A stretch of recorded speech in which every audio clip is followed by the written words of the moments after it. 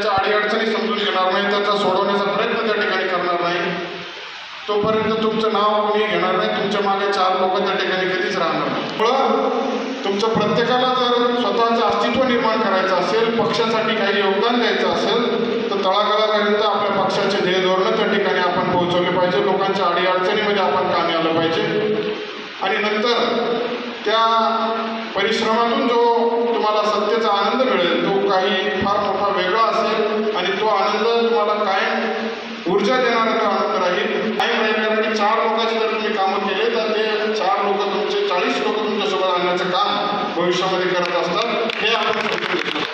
खऱ्या अर्थानं त्या मैदानासारखं युथ काँग्रेस असेल, युथ राष्ट्रवादीचं काँग्रेस जे आहे हे कुस्तीच्या मैदानासारखं आहे. कुस्तीचं मैदान जेव्हा सकाळी सुरू होतं, आमच्या खेड्यापाड्यांना तसंच असतं ना, तुमच्याकडे कसं आहे माहिती नाही, नारळावर कुस्ती चालू होतात, पैशाच्या चालू होत नाही.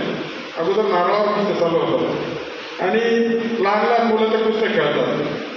बराच वेळ तो चालतंय 2 वाजेपर्यंत लहान लेकरं त्या नारळावर कुस्त्या खेळतात आणि ते नारळावर कुस्त्या खेळणारे लेकरं जेव्हा कुस्त्या खेळतात तेव्हा त्या कुस्तीच्या मैदानात ढेकळं असतात, ढेकळं खडे दगड असतील, नवीनच असते ते काय कुस्त्या खेळल्यानंतर मऊ माती होते, परंतु त्या लहान लेकरांनाच त्याचा त्रास होतो. खरं कुस्त्या खेळत असताना त्या लहान लेकरांना तो चरबट माती जी असते ती ढेकळं असतात, कुठे दगडं असतात छोटे मोठे, नंतर मग ते पंचे फिरत असतात, ते बाजूला करत असतात त्या उचलून, त्याला ती माहिती असेल कदाचित.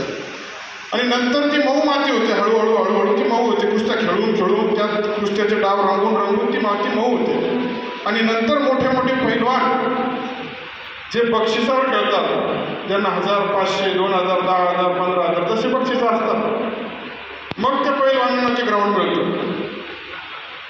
म्हणजे रेडीमेड ग्राउंड कोणत्याही पक्षात तसंच आहे. मेहनत आपण तुमची संघटना आपली कार्यकर्ता त्या ठिकाणी ग्राउंडवर करत असतो. सतरंजा टाकण्यापासून तर सगळे कार्यक्रम त्या ठिकाणी आयोजित करण्यापर्यंत मूल्यमापन त्या ठिकाणी झालं पाहिजे. त्यांनाही मोठ्या कुस्त्या खेळण्याचा चान्स त्या ठिकाणी मिळाला पाहिजे, हा त्या ठिकाणी सांगण्याचा हेतू